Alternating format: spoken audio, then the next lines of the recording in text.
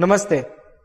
इस वीडियो में हम एक रेफ्रिजरेटर का इंस्टॉलेशन देखेंगे और इंस्टॉलेशन के दौरान क्या क्या चीजें हमें ध्यान रखना चाहिए उसके बारे में जानेंगे। तो आइए देखते हैं। तो रेफ्रिजरेटर का इंस्टॉलेशन करने के लिए रेफ्रिजरेटर को बॉक्स से निकाल के एक ऐसी जगह पे रखना चाहिए जहां पे रेफ्रिजरेटर की वायर प्लग पॉइंट तक आसानी से पहुंच सके। रेफ्रिजरेटर को प्लग करने से पहले प्लग पॉइंट को अच्छी तरह से जांच ले। उसके लिए इन चीज़ों को ध्यान में रखें कि आपका फेज स्विच से आना चाहिए। तो स्विच से आने वाला फेज कैसे चेक करते हैं ये मैं अभी आपको दिखाऊंगा। ये ध्यान में रखना चाहिए कि प्लग पॉइंट की वायरिंग ऐसे हो कि उसकी फेज राइट पोर्ट पे ही आनी चाहिए। तो फेज चेक करने के लिए पहले हम टेस्टर को इस पोर्ट में राइट साइड के पोर्ट में डाल के देखेंगे कि फेज आ रहा है या नहीं। तो बटन बंद होने के कंडीशन में टेस्टर ग्लो नहीं होना चाहिए। तो ऐसे तीनों पॉइंट पे पहले चेक कर ले। इससे हम ये देखते हैं कि इस प्लग पॉइंट में कोई लीकेज करंट है या नहीं। फिर प्लग पॉइंट को चालू करके राइट साइड में चेक करें। टेस्टर की लाइट ग्लो करेगी जिससे ये पता चलेगा कि फेज स्विच से होके प्लग पॉइंट के राइट पोर्ट में आ रही है। बंद करके वापस चेक करेंगे तो वो फेज नहीं दिखाएगा।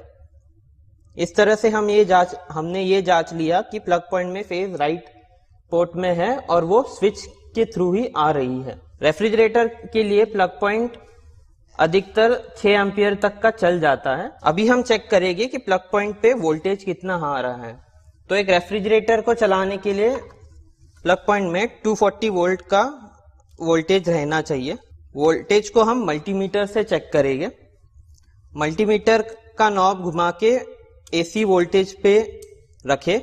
तो मल्टीमीटर की दोनों वायर प्लग पॉइंट के पोर्ट्स में डालें।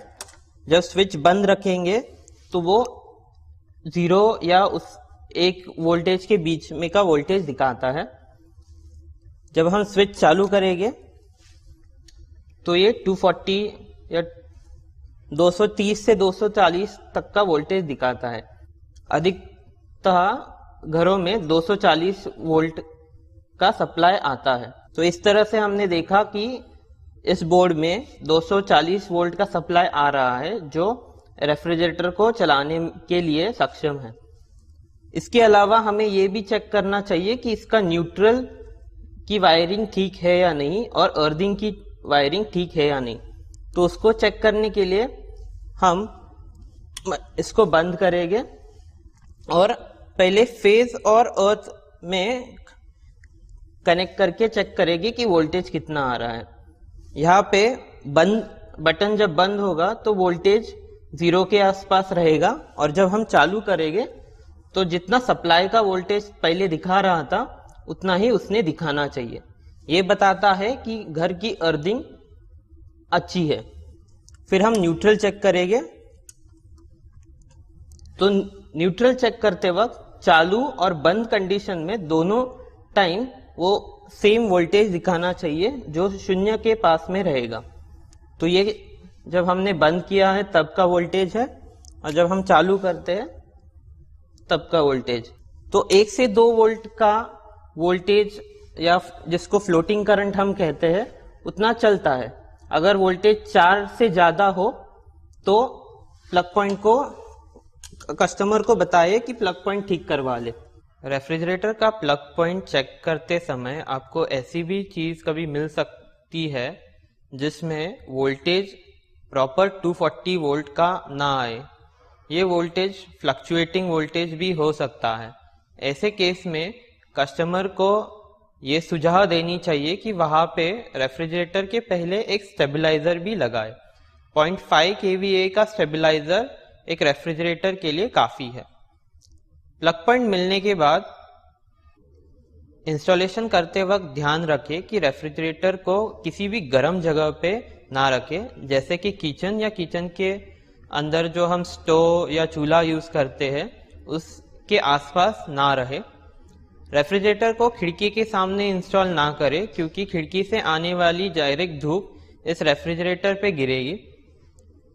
रेफ्रिजरेटर का दरवाजा खिड़की के सामने ना खोले, जिससे खिड़की से आने वाली हवा की तेज बहाव रेफ्रिजरेटर में जा सकती है और रेफ्रिजरेटर में खराबियां ला सकती है।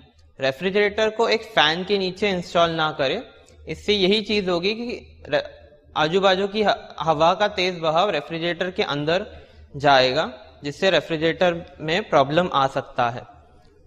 उसके अलावा रेफ्रिजरेटर को कोई भी ह्यूमिड प्लेस जैसे कि बाथरूम या किचन बालकनी में ना रखें। रेफ्रिजरेटर को इंस्टॉल करने के बाद रेफ्रिजरेटर को प्लग पॉइंट पे लगा के चालू करें। रेफ्रिजरेटर चालू हुआ या नहीं ये हमें जांचना है। ये आप रेफ्रिजरेटर का डोर खोल के अंदर की लाइट जल रही है या नहीं, इससे आप जांच सकते हैं। उसके अलावा रेफ्रिजरेटर के फ्रीजर का फैन का बहाव आप हाथ से फील करके समझ सकते हैं कि ये रेफ्रिजरेटर चालू है या नहीं। रेफ्रिजरेटर को चेक करने के बाद रेफ्रिजरेटर के बारे में कस्टमर को जानकारी देनी चाहिए।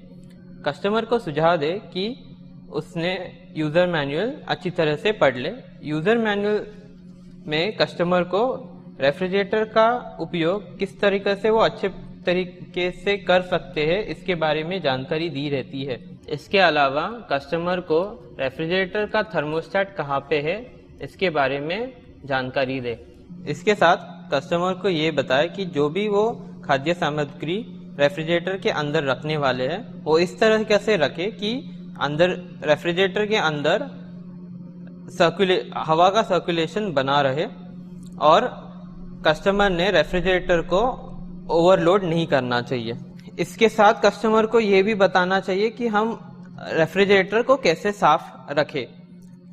रेफ्रिजरेटर को अंदर से साफ करने के लिए एक सूखे कपड़े का इस्तेमाल करें और जो मॉइस्चर रेफ्रिजरेटर में बनता है उसको पोंछे।